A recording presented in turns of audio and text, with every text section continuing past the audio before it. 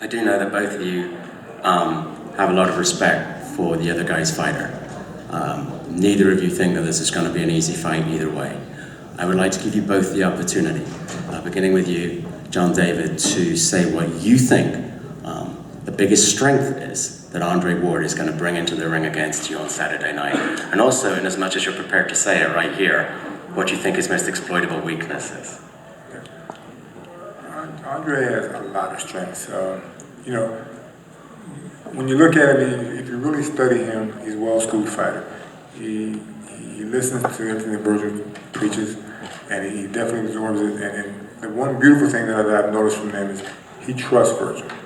If you can trust your trainer, that speaks volumes for you, because you're going to listen to everything he tells you to do. So whatever game plan Virgil devises, he's going to follow. The only way he won't follow that if he gets clipped. When you get clipped, listen, and you get hit by a shot, it's going to throw your game plan off a little bit. And he hasn't really had that. He's been able to do everything that Virgil has devised for him, and he's a very technically sound fighter. So his ring generalship is wonderful.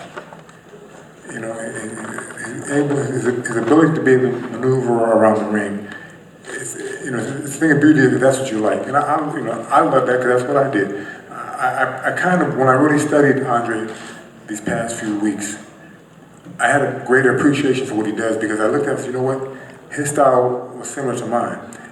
I was busy in my fights. I was very calculated in my moves. I set traps for my opponents. So once I started watching, I break him down and say, you know what, I like what he does. He's a very smart, intelligent guy. So I began to understand him better. His all-around ring generalship is great. He's very smart, very intelligent kid. He maneuvers his opponents in positions that they don't know why the hell they're there. But when he hits them and he's not there, they understand it. So you can never take him. If you take him lightly, then you're lost right there.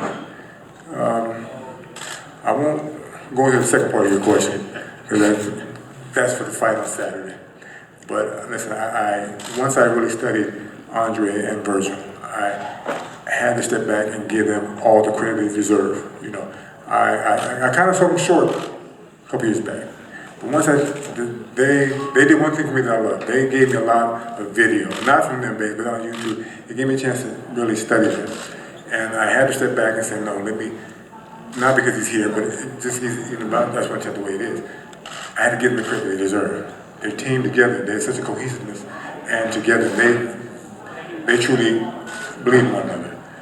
So I had to step back and really look at that and say, let me give them the credit they deserve, and let me come up with a game plan that's going to help my fighter to be victorious that night, because if I don't, we're in trouble.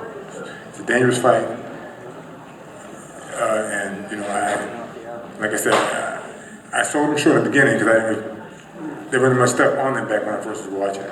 But now with modern technology allowed me to really study them, and I give them the respect they deserve, because they definitely, as a team, can't touch them. They're great. But I think myself that, and I believe I have a fighter that can change that.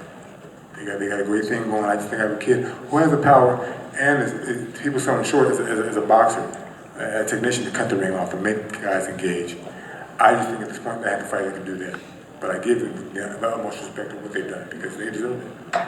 Virgil, same question to you. What do you think are the greatest strengths of Sergey Kovalev that you're going to have to deal with on Saturday? Well, one thing we can't make a mistake on in boxing is living in has happened instead of living in what's happening. And so bringing it to this moment with Sergey, should be noted I was a Kovalev fan, to the point of the 19th, and I'll probably be a Kovalev fan after the 19th. So if I had to take his strength, of course, his right hand. It's his strength, the way he sets it up. He likes to go to the body with his jab. He sets it up. He also tips it off a lot when he's setting it up.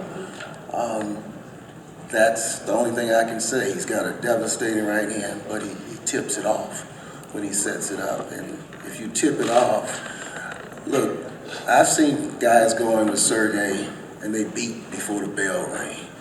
Either they beat or they have nuts and delusional like Pascal or somebody like that, So they halfway beat, they lay down. I look at the Salik fight, he hit him in the back of the neck, barely landed, and he went down. I looked at the Baker. I don't know, he hit him with a little right in and he went down. So we have to take Sergey at what he is, a big, powerful puncher. Have I ever seen him KO somebody with one shot? No. A Thomas Hearns shot? No, I haven't seen that. I've seen the accumulation of punches. You're not going to be able to accumulate punches on Andre like that. So I think it's going to be a very interesting fight because each fighter is going to have to come out of who people might think they are or who people hope they are. I think Coach Jackson has a critical eye. I have a creative eye. So sometimes he wants it, he hopes it goes that way.